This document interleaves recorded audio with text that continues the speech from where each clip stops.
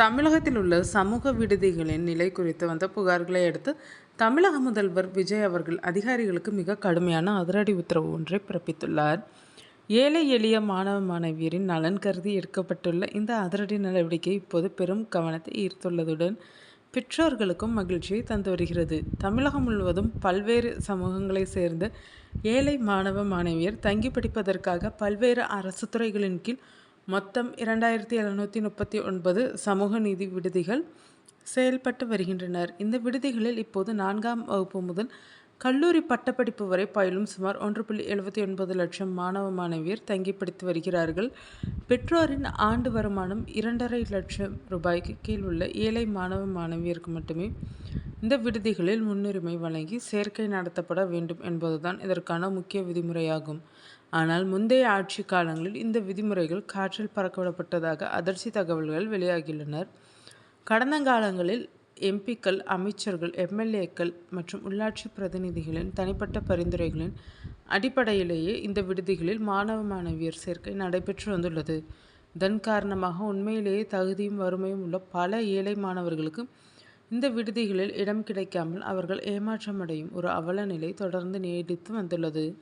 அதேபோல் இந்த விடுதிகளில் தங்கியிருக்கும் மாணவர்களின் உணவுக்காக மட்டுமே அரசு மாதந்தோறும் ஒரு மாணவருக்கு தலா 1000 ரூபாய் முதல் 1100 ரூபாய் வரை பெருந்தொகையை செலவிட்டு வருகிறது.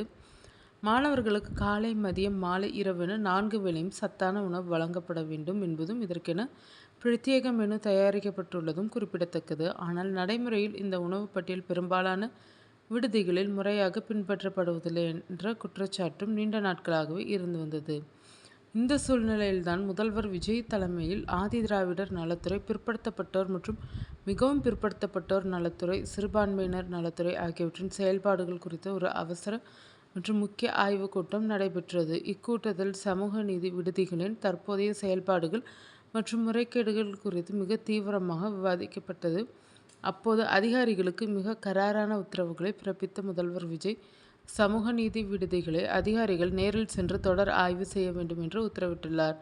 மேலும் மாணவ மாணவியர் சேர்க்கை விஷயத்தில் எவ்வித பரிந்துரைகளுக்கும் இடம் தராமல் உரிய விதிமுறைகளை மட்டுமே கட்டாயம் பின்பற்ற வேண்டும் என்று கராராக கூறியிருக்கிறார்.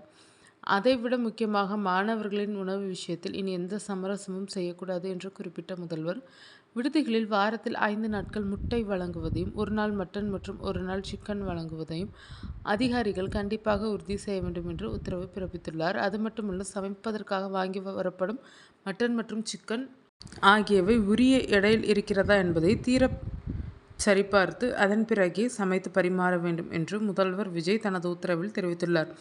முதல்வரின் இந்த அதிரடி உத்தரவுதான் விடுதி மாணவர்களிடையே பெரும் வரவேற்பை பெற்றுள்ளது.